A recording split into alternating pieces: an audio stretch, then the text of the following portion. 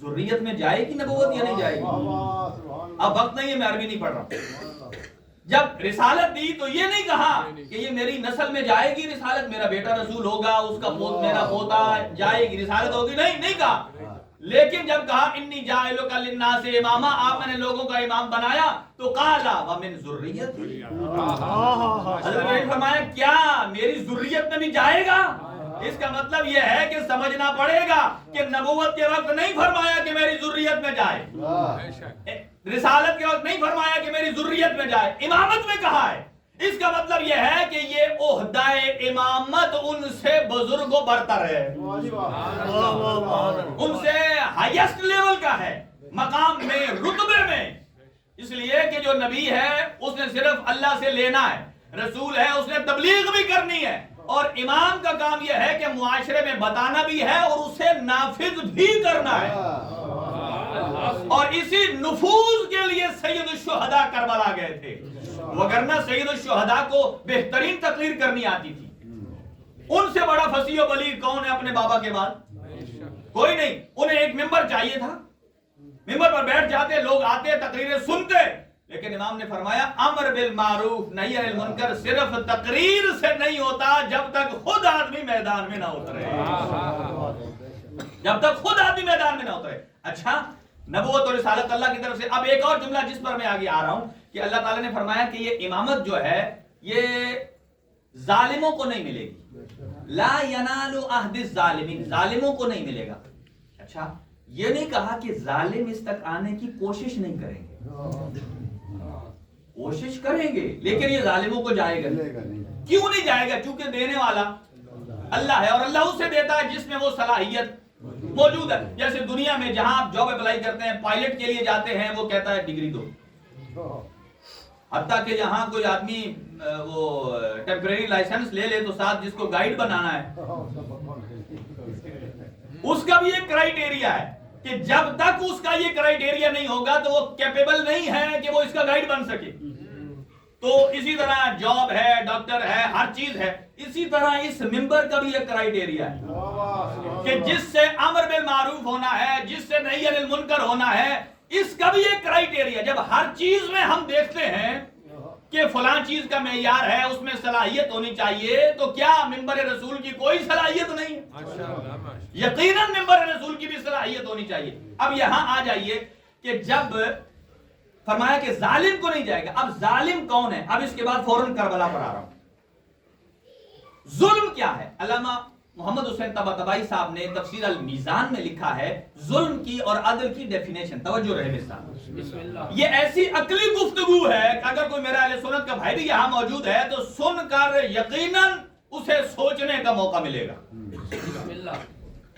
اور کیا وہ کہتے ہیں عدل کیا ہے؟ وضع الشیء علی محلہ، کسی شے کو جس کا جو مکان محل ہے اس پہ رکھنا، اسے کہتے ہیں عدل. ماشاءاللہ. اور جس کا جو مقام ہے اس پہ نہ رکھنا ظلم ہے. اگر بعد پیغمبر منبر پر علی بیٹھے تو فوراً آ کر خطبہ دیتے ہیں الحمدللہ الذی رجع الحق علی موضعہ، تمام تعریفیں اس اللہ کے لیے ہیں کہ جس نے حق کو دوبارہ اس جگہ لوٹا دیا. یہ کیا دلالت کر رہا ہے کہ ابھی لوٹا دیا، اس سے پہلے. میرا انداز اس کے بعد یہی ہے، آگے آپ نے جملے پورے کرنے ہیں. تو اس سے پہلے نہیں تھا. اچھا، ظلم اور عدل یہ اب بعد پیغام. اگر کسی کو مسند امامت پر اسے بیٹھائیں جو اس کی صلاحیت رکھتا ہے تو یہ حق ہے، عدل ہے. اور اگر اس کو بیٹھائیں جس کو صلاحیت نہیں ہے، چھوٹی گاڑی چلانے والا، اگر اس کو بڑی بس دے دے تو خود بھی مرے گا، جو پیچھے پبلک ہے اسے بھی مارے گا. لہذا اگر ظلم ہو جائے عقیدہ امامت میں تو یہ نہیں ہے کہ صرف امام مرے گا، بلکہ جو اس کے پیچھے لگے ہیں وہ بھی قیامت کے دن ڈھونڈتے پڑے ہوں گے. قرآن کہتا ہے کہ جو اپنے نفع نقصان کے ضامن نہیں ہے تمہیں کیا بچوا سکتا ہے. لہذا ایسے کے پیچھے چلے